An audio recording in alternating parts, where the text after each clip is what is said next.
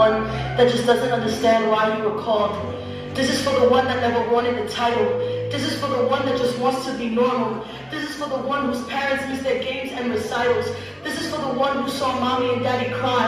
This is for the one who was betrayed, broken, and hurt because you couldn't fight your parents' battles.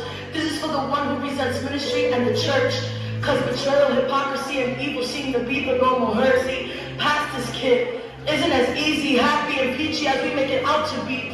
Wondering why there was always meeting after meeting after meeting. Wondering why my parents' names were always topic of conversation on serpents' tongues. But you just wait for Sunday morning when those scaly, slimy lips would plant a flattery Judas's kiss, and I just gotta sit back and witness all of this. No one realizes that the bags under my dad's eyes are all those late night texts and phone calls from people who don't even appreciate what he does. And all my mom's gray hairs are the silent tears she shed every time someone accused them of never being there. Are you serious? You want to say that my parents were never there? I'm talking about the same people that my parents would go out of their way for, like having to leave family dinners, parties, movies, quality time just to attend to and find that lost sheep. Going to homes and hospitals, never leaving people's side, always seeing the best, and yet they get accused all the time. Where does that leave me? Where does that leave every pastor's kid? Where does that leave us?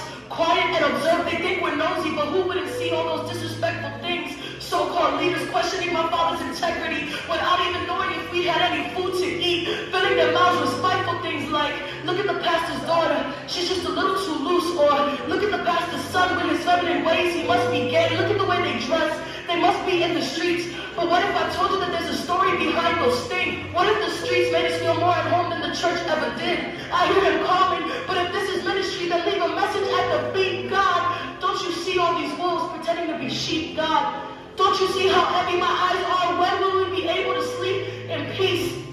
Piece by piece, betrayal by betrayal. It's a never-ending cycle. It's not God's fault that some people in church are just semi-Christian. Where is the realness? Trust me, PK, I know what the struggle is. Having to keep your mouth shut because you're in the limelight. Asking God why this is a part of your life. But I refuse to believe that this ugly side of ministry is all there is. There has to be more than this. It's about the souls that will be saved for the kingdom. I can see the coffins, I can see the dirt, and I'm talking about the ones who still sit in church, undeserved. Call it a mystery, call it God knowing the best plan for you and me. I don't know why we were chosen. I don't know why God wanted this for us, but I do know that we are beyond blessed. You'll find out this beauty in this reality that you, my brother and sister, are marked for greatness. It's about time that we stop suffering in silence and someone spoke up. Yes, we are pastors' kids, but no, that doesn't make us perfect. No, that doesn't guarantee us heaven, and it doesn't make us sinless. No, we don't get things handed down to us. We work, we sweat, and we bleed for it. And just because we might have a new outfit or car doesn't mean that we use your tithes to pay for it. It's called the favor of God. Some of us grew up knowing what the struggle is.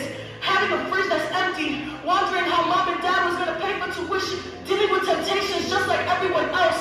The title doesn't excuse us from anything, but God is faithful in everything. So you who are leaders, members, and even pastors, don't try to understand us because you can't. Stop trying to find a flaw to accuse us. Please know that everything you say about us and our parents will get back to us. But it's okay. We won't let it shake us. We're done with letting you break us, and the next time you judge, we won't even waste our breath because God knows best. So PK, wherever you are, know that you're not alone. I know the pain. I know it's hard, but God has called you by your name. He's making a way. So come back home.